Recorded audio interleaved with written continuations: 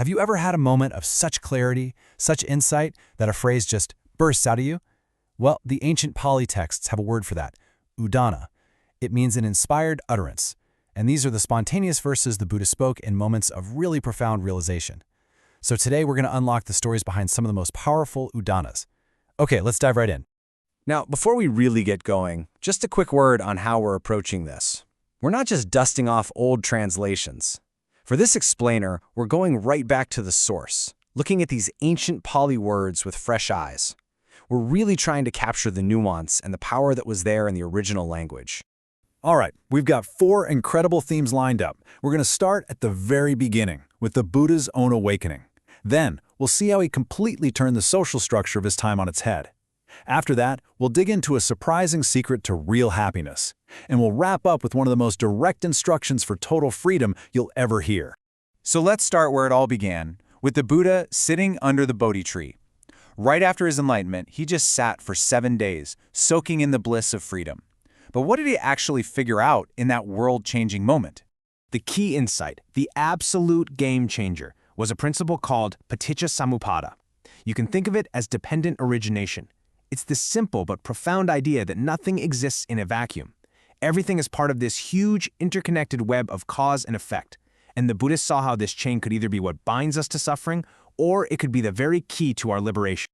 So first he traced the chain forward, seeing how suffering gets started. It all kicks off with avijja, which is a kind of fundamental ignorance, not seeing things as they really are. This leads to sankhara, our actions and impulses, which then fire up consciousness. And from there, it's just like a cascade of dominoes. We crave pleasant things, we push away unpleasant things, which leads to clinging. And the end result of all that grasping? Dukkha, that feeling of stress, dissatisfaction, and pain. But here's the brilliant part. He then saw the way out. He realized if you just reverse the process, if you can pull out that very first domino, that root of ignorance, by seeing reality clearly, the whole chain just collapses. When ignorance stops, the impulse to act stops. When the actions stop, the fuel for the fire runs out.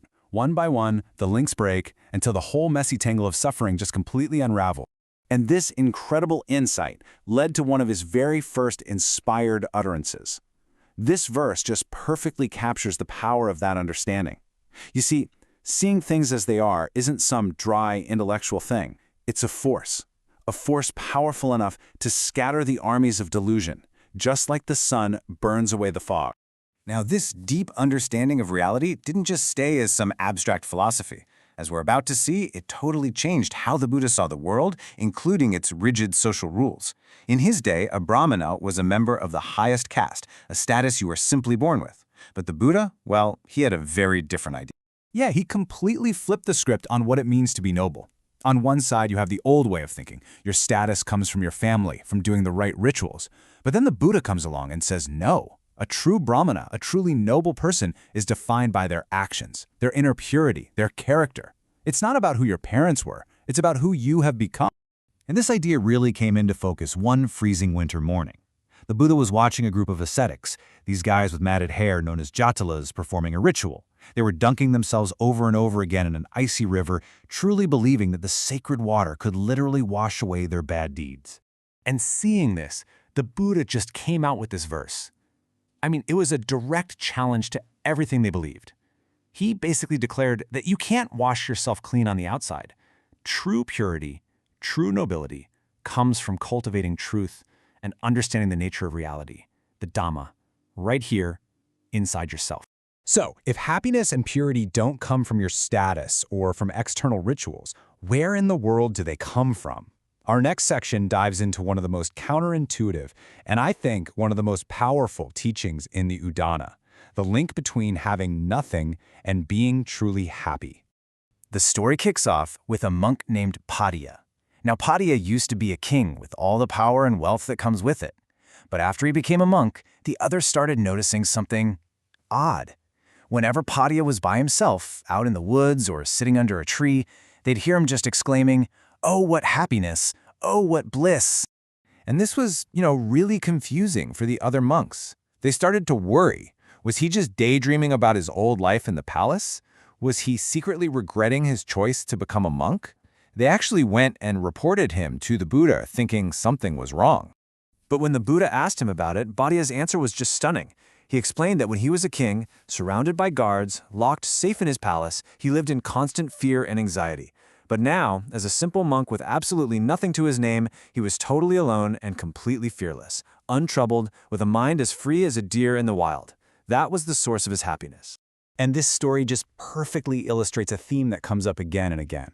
In another utterance, the Buddha said, "Happy are those with nothing." He says, just look at how people with possessions are troubled. Their minds are all tangled up and bound to others. The happiness he's pointing to is this radical freedom from things, not the joy of getting more of. Okay, let's get into our final section. And this one has what might just be the most direct, most potent instruction in the entire Udāna. It's a story of incredible urgency that cuts right to the heart of what it means to be free. So, meet Bāhiya. He was a famous ascetic, highly respected, and he honestly believed he was fully enlightened. Then one day a deity appears and tells him, nope, they're not there yet, but the real enlightened one, he's in Savatthi. So Bāhiya, totally shaken, travels day and night without stopping. He finds the Buddha walking for alms and just begs him 3 times, please teach me. Life is short, I could die at any moment. And seeing this incredible urgency, the Buddha stopped and gave him this teaching. That's it, the whole practice, right there. It's this radical instruction to stop adding anything extra to your direct experience. Don't layer on your stories, your judgments, your likes and dislikes. Just let seeing be seeing. Let hearing be hearing. When you do that, there's no you to be found in the middle of it all. And if there's no you, there's no place for suffering to land. Bāhiya got it. Instantly. He was liberated right there on the spot. Then, in a tragic twist, just moments later, he was killed in an accident. When the monks asked what happened to him, the Buddha confirmed he had reached Nibbana and spoke this final Udāna for him. It describes a state so free, so unconditioned, that not even the basic elements of reality, earth, water, fire, air, can find a footing there. It is a total release from all opposites, from pleasure and pain. So, from the chain of suffering to what makes someone truly noble, from the freedom of having nothing to the practice of pure awareness, the Udāna gives us this incredible, timeless map. It shows that real wisdom often just bursts forth from direct experience. Which leaves us with a final question. In our world today, a world overflowing with things to see and hear and think about, what does it really mean to practice letting the seen be just the seen?